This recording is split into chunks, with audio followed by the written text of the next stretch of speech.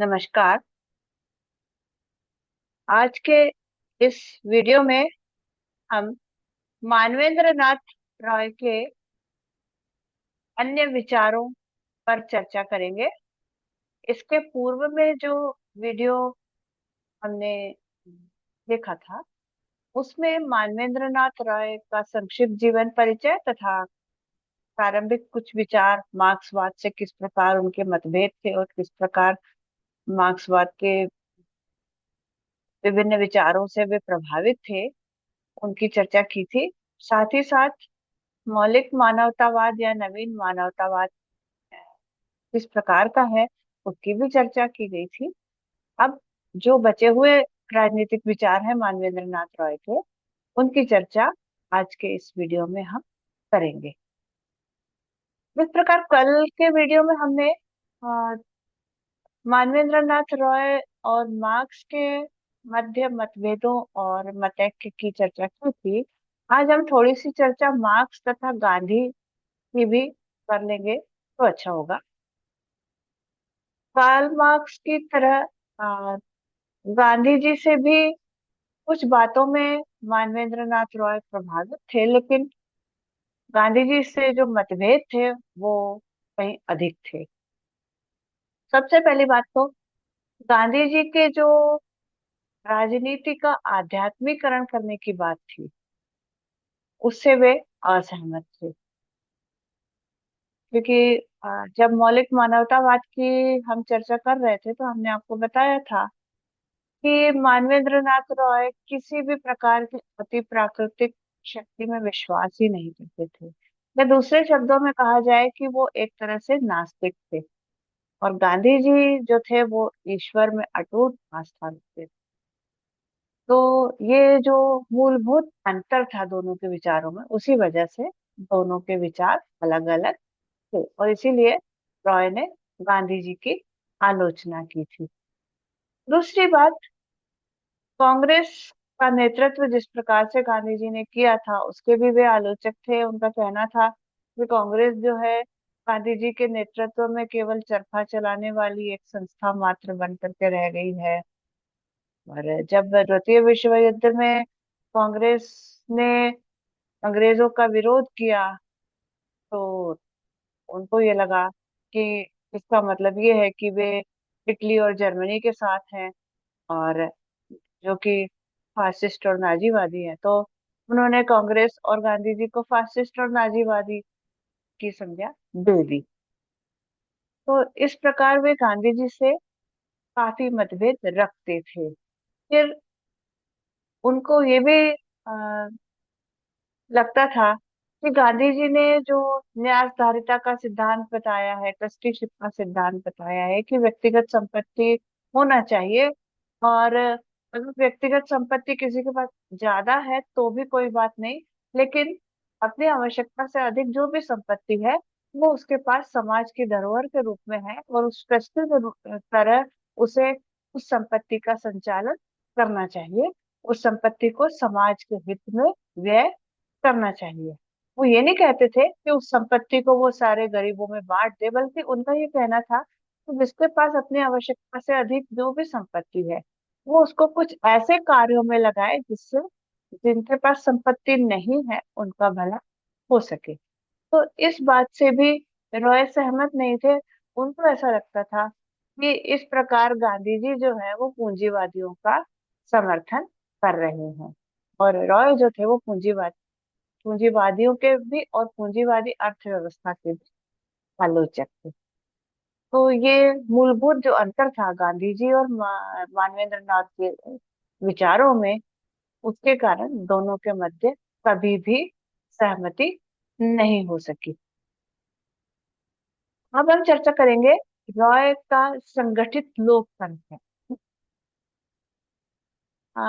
Marks का जो विरोध करने का एक कारण था, मार्क्सवाद का विरोध करने का और लेनिन और स्टालिन के विरोध का जो कारण था, वो एक बहुत बड़ा कारण ये था कि साम्यवादी अर्थव्यवस्था और साम्यवादी राजनीतिक व्यवस्था जहां पर भी थी वहां पर राज्य सर्वाधिकारवादी बन गया, टोटलिटेरियन स्टेट बन गया।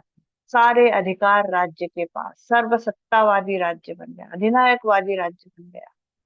तो इस अधिनायकवाद का रॉय ने बहुत ज्यादा विरोध किया और लोकतंत्र का समर्थन किया। लेकिन आप इससे ये अर्थ न लगा लें कि जो पश्चिम में लोकतंत्रीय व्यवस्था प्रचलित थी रॉय उससे सहमत थे। नहीं, पश्चिम में जो लोकतंत्रीय व्यवस्था प्रचलित थी, रॉय उसके भी विरोधी थे, क्योंकि ये जो लोकतंत्रीय व्यवस्था है वो दलीय व्यवस्था पर आधारित, और रॉय दलों के खिलाफ थे, राजनीतिक दलों के सख्त विरोधी थे। तो उन्होंने एक संगठित लोकतंत्र का विचार रखा, जिसके तीन आधार थे। पहला है जन समितियों के माध्यम से समस्त कार्य का संपादन। जैसे भारत में और भी विचारक रहे हैं, विनोबा भावे और जयप्रकाश नारायण। जयप्रकाश नारायण ने भी दल विहीन लोकतंत्र की बात की थी। महात्मा गांधी ने भी राज्य की शक्तियों को कम से कम करने की बात की थी, बल्कि एक आदर्श स्थिति तो उनके अनुसार यही थी कि जब राज्य हो ही ना। एक अराजकतावादी विचारक के रूप में महात्मा गांधी भी जाने जाते हैं। लेकिन उनका जो लोकतंत्र था उसका आधार स्थानीय स्वशासन था, और उसमें जो राजनीतिक सत्ता थी वो ग्राम पंचायतों के हाथ में थी। लेकिन रॉय ने जिस संगठित लोकतंत्र की बात की है उसका आधार जन समितियां। तो जैसे आज हम राजनीतिक दलों पर निर्भर होते हैं ना, तो हमको अगर उम्मीदवार भी चुनना है तो हम दल की ओर देखते हैं, किस दल की नीतियां कैसी हैं, उसको देख करके हम उसको वोट देते हैं और उसको जिताने का प्रयास करते हैं। तो रॉय क्योंकि दलों के विरुद्ध थे, इसलिए उन्होंने जिस संगठित लोकतंत्र की बात की थी उसका आधार था जन समितियां। वे कुछ लोग मिलकर के किसी उद्देश्य को लेकर के समिति बना सकते हैं। फिर उस समिति के द्वारा क्या क्या काम किए जाएंगे? जनता को अधिक से अधिक राजनीतिक सहभागिता के लिए प्रेरित किया जाएगा, उनको सही और गलत की पहचान करवाई जाएगी, और साथ ही साथ जो स्थानीय स्तर पे जो उनकी समस्याएं हैं लोगों की, वो इन जन समितियों के माध्यम से हल की जाएंगी। यानी ये जन जन समितियां जो हैं वो एक तरह से जो जो पंचायत होती है उस प्रकार काम करेंगी। और इन जन समितियों का काम आगे चल करके चुनाव के लिए उम्मीदवारों का चयन करना भी होगा, जो कि दलीय आधार पर नहीं बल्कि उम्मीदवारों की योग्यता के आधार पर किया जाएगा। तो ये जन समितियों का विचार था। मौलिक जो उनका मौलिक लोकतंत्र या संगठित लोकतंत्र था उसका सबसे पहला आधार था जन समितियां। दूसरा, दल विहीन लोकतंत्र की स्थापना। रॉय का कहना था कि राजनीतिक दलों का एकमात्र काम होता है सत्ता को प्राप्त करना, फिर वो किसी भी प्रकार से प्राप्त, और फिर दूसरा काम होता है उस सत्ता को बनाए रखना। उसको बनाए रखने के लिए किसी भी प्रकार के साधनों का प्रयोग क्यों न उनको करना पड़े, वो उसके लिए प्रयासरत रहते हैं कि पहले तो सत्ता प्राप्त हो जाए, और फिर हो जाए तो फिर उसको लंबे समय तक बनाए रखा जाए। और राजनीतिक दल में जो भी उम्मीदवार चुने जाते हैं उनकी व्यक्तिगत इच्छा फिर कोई मायने नहीं रखती। अगर संसद में वोट देना है या राज्य विधानसभा में वोट देना है तो दल के जो प्रमुख होते हैं उनके द्वारा एक व्हिप जारी कर दिया जाता है कि आपको इस प्रस्ताव के पक्ष में वोट देना है, और चाहे वो उम्मीदवार उससे सहमत हो चाहे असहमत हो, लेकिन उसे उस प्रस्ताव के पक्ष में वोट देना ही होता है। उसकी व्यक्तिगत इच्छा कुछ अलग भी हो सकती है, लेकिन उसको अपनी उस इच्छा को मार कर दल के हित में ही काम करना होता है, और अगर वो ऐसा नहीं करता तो फिर उसको दल से निष्कासित कर दिया जाता है। तो ये जो पद्धति है इसके मानवेंद्र नाथ रॉय खिलाफ थे। उनका कहना था कि राजनीतिक दल जो है व्यक्तिगत स्वतंत्रता का हनन करते हैं, इसलिए दल नहीं होना चाहिए। और दूसरी बात, जैसे जो सत्ता में है वो सत्ता में बने रहने के लिए प्रयासरत रहता है, जो विरोधी होते हैं वो कोई अच्छा भी अगर सरकार कोई सुधार कार्यक्रम लाती है तो सिर्फ उनको आलोचना करना है, इसलिए वो वैसे जैसे बाल की खाल निकालने वाली बात होती है उस तरह से वो करते हैं और जनता को गुमराह करते हैं मीडिया के द्वारा और सोशल मीडिया के द्वारा, विभिन्न समाचार पत्रों के द्वारा प्रचार प्रसार करके उस बात में कुछ होगा भी नहीं तो भी वो उसको बढ़ा चढ़ाकर इतना प्रभावित करते हैं कि जनता उनके बहकावे में आ जाती है और अच्छे अच्छे कानून भी लागू नहीं हो पाते, कई बार ऐसा होता है। तो रॉय का कहना था कि दल विहीन लोकतंत्र होना चाहिए, राजनीतिक दल नहीं होना चाहिए। और इसके पहले मैंने आप लोगों को बता ही दिया कि फिर राजनीतिक दल नहीं होंगे तो काम कौन करेगा, तो जन समितियां उनका काम करेंगी और उम्मीदवारों के चयन का काम भी यही जन समितियां करेंगी और उनकी योग्यता के आधार पर करेंगी, न कि दल में उनकी प्रभावशाली स्थिति को देख करके। ऐसा नहीं कि कौन कितने विधायकों को साथ में लेकर के आ रहा है, फिर भले वो उसने बहुत गलत काम भी क्यों न किए हों, लेकिन उसे राजनीतिक दल नहीं निकाल सकते और उसे चुनाव में टिकट मिल ही जाता है। तो इस प्रकार का लोकतंत्र रॉय को बिल्कुल भी पसंद नहीं था। फिर भारतीय विचारक जितने भी रहे हैं उन सब ने विकेंद्रित सत्ता की बात की है। लोकतंत्र में केंद्रीकरण नहीं होना चाहिए। भारत एक विशाल देश है और अगर केंद्रीकरण होगा तो काम करना बहुत कठिन हो जाएगा। तो विकेंद्रित सत्ता की बात ये लोग भी करते हैं, सभी करते हैं, रॉय ने भी विकेंद्रित सत्ता की बात की है। और उन्होंने जन समितियां जो बताई हैं स्थानीय स्तर पर, उन्हीं के द्वारा अधिक से अधिक समस्याओं का हल कर लिया जाए, बहुत ही महत्वपूर्ण जो बातें हैं वो आगे तक लाई जाए, प्रदेश तक और देश तक। बाकी जो स्थानीय समस्या है वो स्थानीय स्तर पर ही हल कर ली जानी चाहिए। और न केवल उनके पास वित्तीय साधन होना चाहिए बल्कि उनके पास उतनी शक्ति भी होना चाहिए कि वो स्वयं से निर्णय ले सके। हर बात के लिए वो राज्य सरकार या केंद्र सरकार का मुंह न देखे। तो विकेंद्रित सत्ता की बात रॉय ने भी की है। और चुनाव भी अ, सिर्फ निचले स्तर पर प्रत्यक्ष चुनाव होना चाहिए, स्थानीय स्तर पर ही प्रत्यक्ष चुनाव होना चाहिए, आगे जो है वो चुनाव अप्रत्यक्ष होना चाहिए, क्योंकि इतने बड़े देश में प्रत्यक्ष चुनाव करवाने में आप लोगों ने भी देखा होगा कि समय और धन का कितना ज्यादा अपव्यय होता है। तो इसलिए सारे विचारकों का जो विचार रहा है, भारतीय विचारक जितने भी रहे हैं, उन्होंने लोकतंत्र में विकेंद्रीकरण की बात की है और ऊंचे स्तर पर मतलब राज्य स्तर और केंद्रीय स्तर पर अप्रत्यक्ष निर्वाचन की बात की है। तो ये तो था रॉय का संगठित लोकतंत्र। अब हम आते हैं रॉय के आर्थिक विचारों पर। रॉय ने शोषण की प्रत्येक स्थिति और शोषण के प्रत्येक रूप का विरोध किया, किसी भी प्रकार का शोषण नहीं होना चाहिए। उनके सारे विचारों का जो केंद्र था वो था मनुष्य के शोषण का अंत। और जो भी बात उन्होंने की वो शोषितों के लिए ही की है।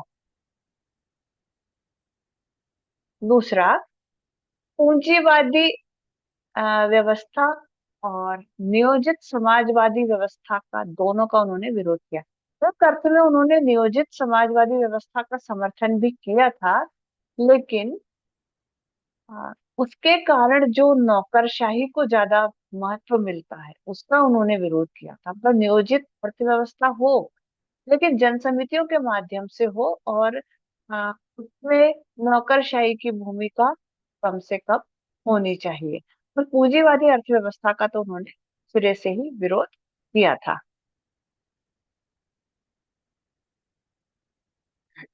फिर जनता की क्रय शक्ति को वो बढ़ाना चाहते थे ताकि उससे अधिक से अधिक उत्पादन होगा और अधिक से अधिक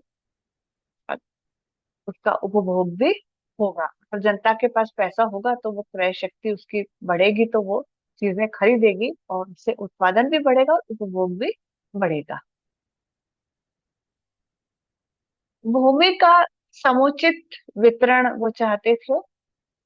यानी ऐसा नहीं हो कि एक के पास तो बहुत सारा है और एक के पास बिल्कुल इतने से टुकड़ा भी नहीं है। तो जो असमानता है वो कम से कम होनी चाहिए। फिर ज्यादा से ज्यादा सार्वजनिक निर्माण कार्य करवाया जाए जिससे कि जनता को रोजगार भी मिले और उसकी सुख सुविधाओं में वृद्धि भी हो। फिर व्यक्तिगत संपत्ति का विरोध तो उन्होंने नहीं किया था। व्यक्तिगत संपत्ति बिल्कुल नहीं हो ऐसा नहीं है, लेकिन इसके आधार पर किए जाने वाला जो शोषण है वो नहीं होना चाहिए। तो इतनी ज्यादा संपत्ति ना हो कि वो उसके आधार पर दूसरों का शोषण ही करने लगे। इतनी ज्यादा भी नहीं होना चाहिए। तो व्यक्तिगत संपत्ति एक सीमा तक होना चाहिए।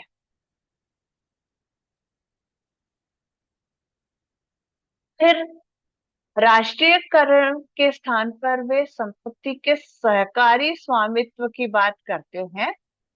आ, और मतलब ये कि जैसे राष्ट्रीयकरण कर लिया जाता है ना, सरकार अपने अधीन कर लेती है सारी चीजों को। तो उस राष्ट्रीयकरण का उन्होंने विरोध किया था।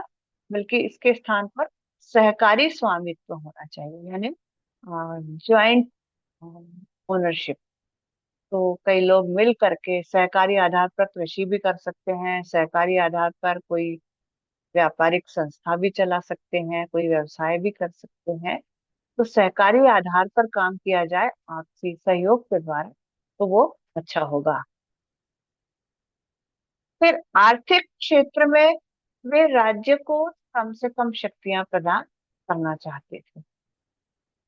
तो ये आपको बड़ा आश्चर्य होगा कि व्यक्तिवादी भी ये कहते हैं कि राज्य की कार्य क्षेत्र बहुत सीमित होना चाहिए, उसके उसका काम कम से कम होना चाहिए। और मानवेंद्र नाथ रॉय भी इस अर्थ में व्यक्तिवादी ही हैं। पर वो शोषितों के हित की बात भी करते हैं और फिर कहते हैं कि राज्य के पास आर्थिक शक्ति कम से कम होना चाहिए। तो उसका कारण ये है कि उनका मनुष्य के विवेक में पूर्ण विश्वास था।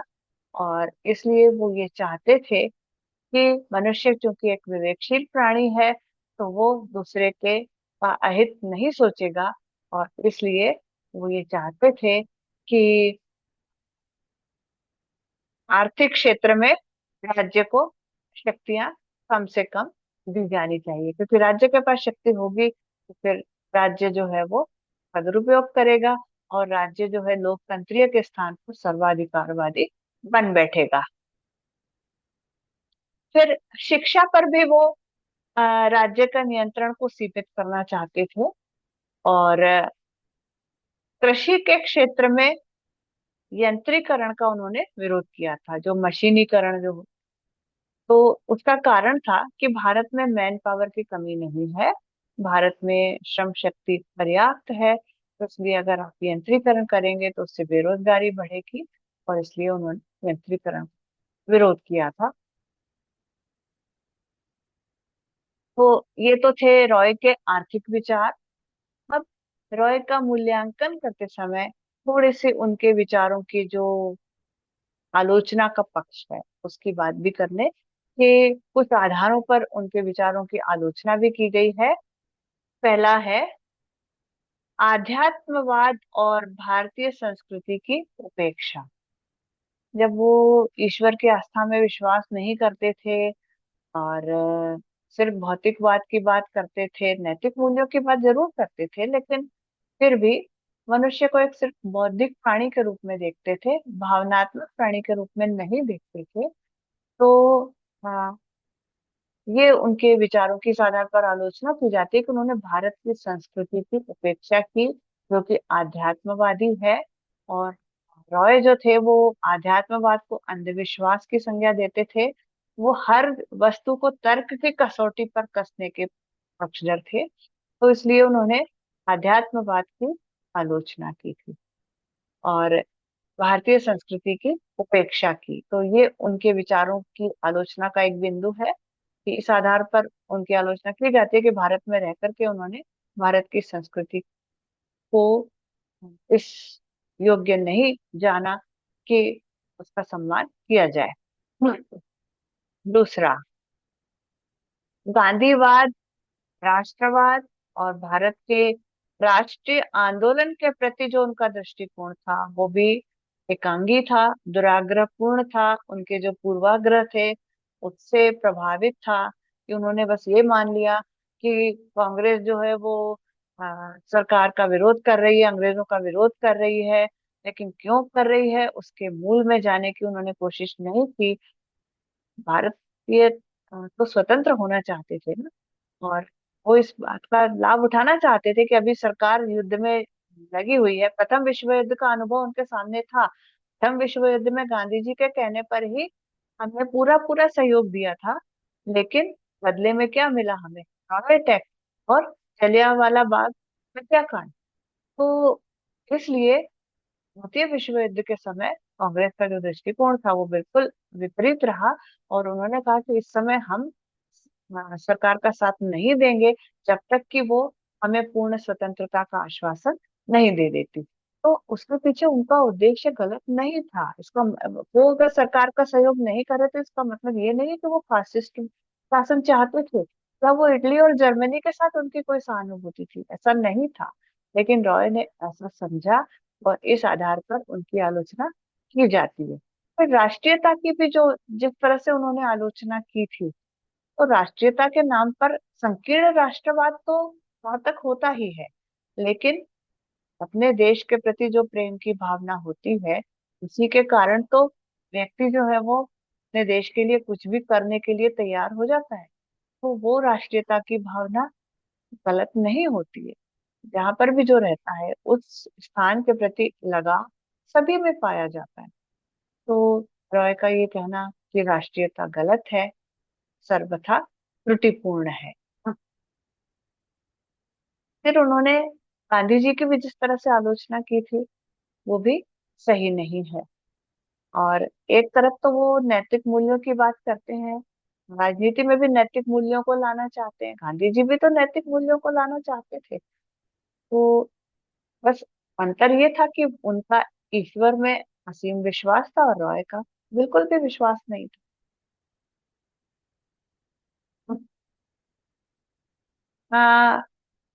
एक आलोचना ये भी की जाती है कि मौलिक चिंतन नहीं था। उन्होंने तो जो पुरानी जो मान्यताएं थी, जो कुछ भी था, उसी को नवीन व्याख्या करके उसको मौलिकता प्रदान करने की कोशिश की। वास्तव में उनके विचारों में कोई मौलिकता नहीं थी। खैर, इस तरह की आलोचनाएं तो होती ही हैं, चाहे कोई भी विचारक हो, उनके विचारों की आलोचना होती रहती है।